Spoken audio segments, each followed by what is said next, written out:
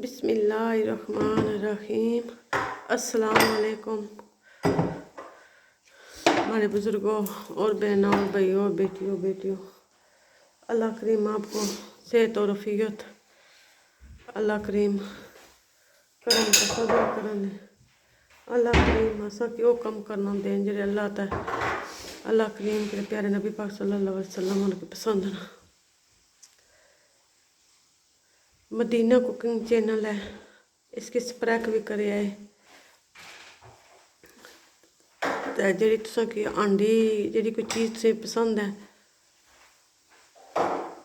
वो भी जरा ना करी छोड़े, इंशाअल्लाह तुसां ख्वाहिश पूरी करसो। दुआ याद रखे। अज अस बनाने चिकन मसाला।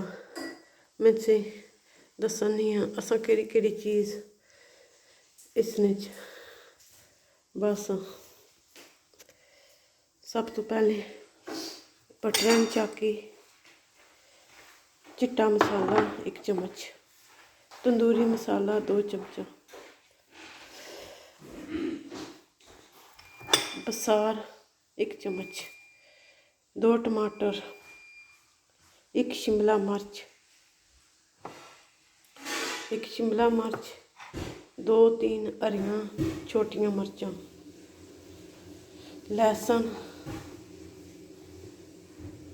जिंजर इन्हें ग्राइंडर कर सो, 2 बूटे प्याजा ने, सोल्ट आधी स्पून, चिकन मसाला। मैं तुझे फिर दसनी हाँ बटर, चिट्टा मसाला, तंदूरी मसाला, बसार, 2 टमाटर, शिमला मिर्च, 2-3 हरियां मिर्चां, जिंजर,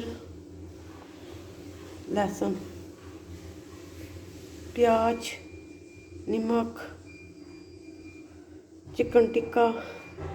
ये हूँ मैं तुसें दस्सां मैं किस तरह बना सा। मिगी मैद है इंशाअल्लाह अल्हम्दुलिल्लाह तुसां की रेसिपी पसंद लगसी। ये बच्चे खुश होइयै खाने न तो दुआ च याद रखेआ है, सब्सक्राइब भी करेआ है, लाइक भी करेआ है मदीना कुकिंग चैनल को।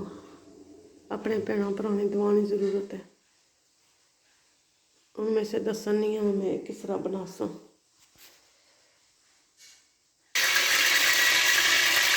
सारा बटर जरा तड़की गया तो हूँ प्याज बन गए। तुसें रेसिपी पूरी तक्या करो ना फिर तुसें समझ लगी थी असी जिसलै अद्धी तक सुनो फिर नहीं पता लगन लगा।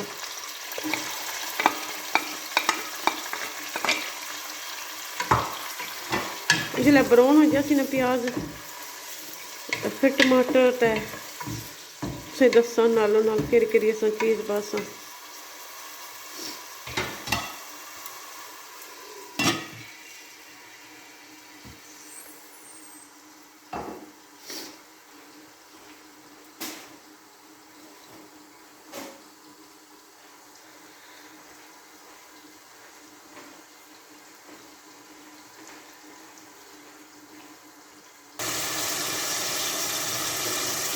प्याज कलकना थोड़ी देरी बाजरे टमाटर बस कि सारी रेसिपी इंशाअल्लाह अल्हम्दुलिल्लाह अल्लाह ने कमाया सारी दसां।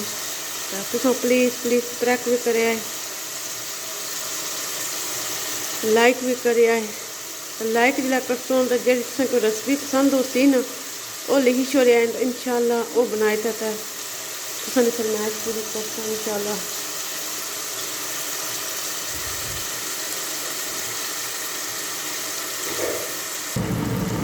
मैं टमाटर पानी है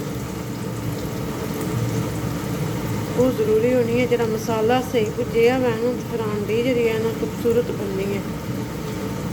मसाले ने वजह नाल आंडी नहीं जरा स्वाद होना वा थोड़ा टाइम लगी जाना बड़ा आंडी जी है खूबसूरत बन जानी। मैं दसो कि रेसिपी पसंद हो सी चिकन मसाला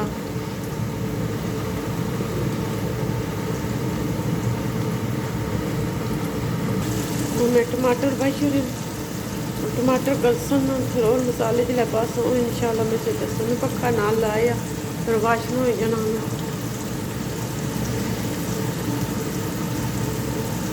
माशाल्लाह मेरा गैस बहुत तेज़ है। अल्लाह ताला ऐसा करे रखा। और टमाटर गली गए ना हूँ मैं इसने चलाना शिमला मिर्च पानी बिस्मिल्लाहिर्रहमानिर्रहीम। शिमला मिर्च पे किया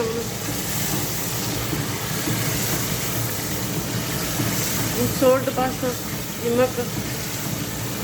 नमक पा दी पाई ना जी फिर प्याज नहीं करना इसी थोड़ा बटर ज़्यादा है चिकन मसाला है ना तो फिर चिकन मसाले से बटर थोड़ा ज़्यादा पाना पैना है।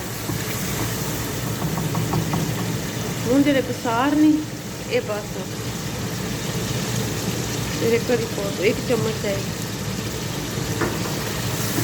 इन्हें मुल्तान फिर जराना चिकन टिक्का बस फिर तंदूरी नाल बस जरा और कुछ जिन्हें सामान है ना वो बस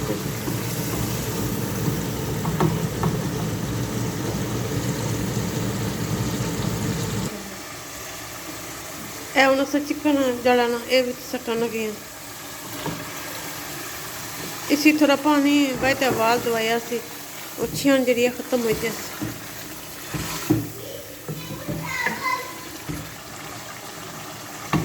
चिकन सारा तैयार हो गया है हूँ अस सर्व करते साथ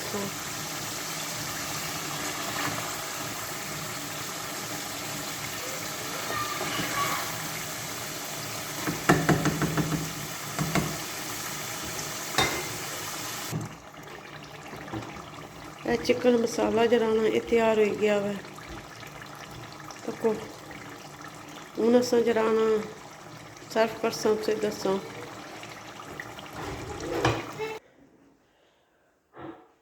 बिस्मिल्लाहिर्रहमानिर्रहीम। चिकन मसाला तैयार हो गया मैं सर्व करी जंदा मैं दसो कि रेसिपी पसंद लग सी मदीना कुकिंग चैनल को सब्सक्राइब भी करे है लाइक भी करे है जे कुछ रेसिपी पसंद हुई तो वो भी टैक्स करे इंशाल्लाह अल्हम्दुलिल्लाह तुसानी फरमाइश पूरी कर सा।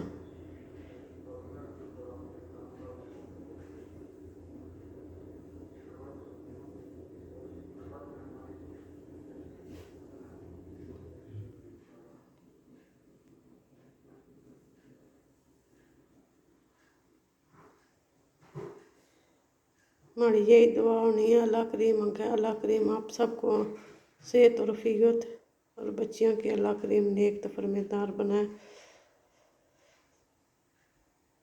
अल्लाह सोने वाला है।